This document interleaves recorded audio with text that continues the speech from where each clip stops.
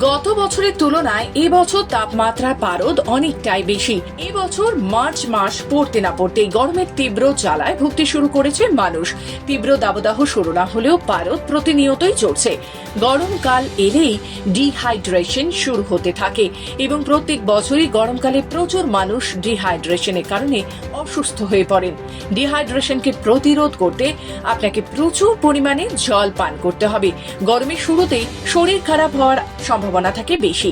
সবার আগে ডিহাইড্রেশনের সমস্যায় ভোগেন সাধারণ মানুষ।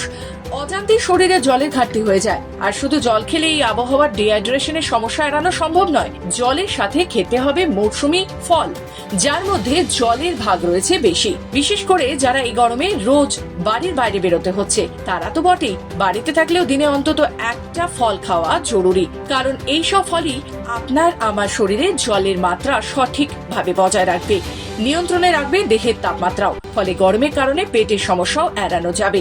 অতিরিক্ত ঘাম হলে শরীরে ইলেকট্রোলাইটের ভারসাম্য নষ্ট হওয়ার আশঙ্কা থাকে, ফলে ডিহাইড্রেশনের ঝুঁকি বেড়ে যায় বিশেষজ্ঞদের মতে।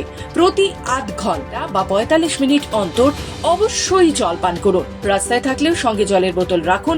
বারবার জল খাওয়ার অভ্যাস করুন। গরমের চা বা কফির বদলে বেশি পরিমাণে আমের শরবত, ডাবের জল, লস্যি, বাটার মিল্ক ইত্যাদি খান। আর সম্ভব হলে অবশ্যই নুন চিনির জলটি সঙ্গে রাখুন। এটি কিন্তু স্যালাইন ওয়াটার হিসেবে কাজ করবে। এগুলো খেলে শরীরে ইলেকট্রোলাইটস এর ভারসাম্য বজায় থাকবে, ডিহাইড্রেশনের ঝুঁকি কমবে আপনার।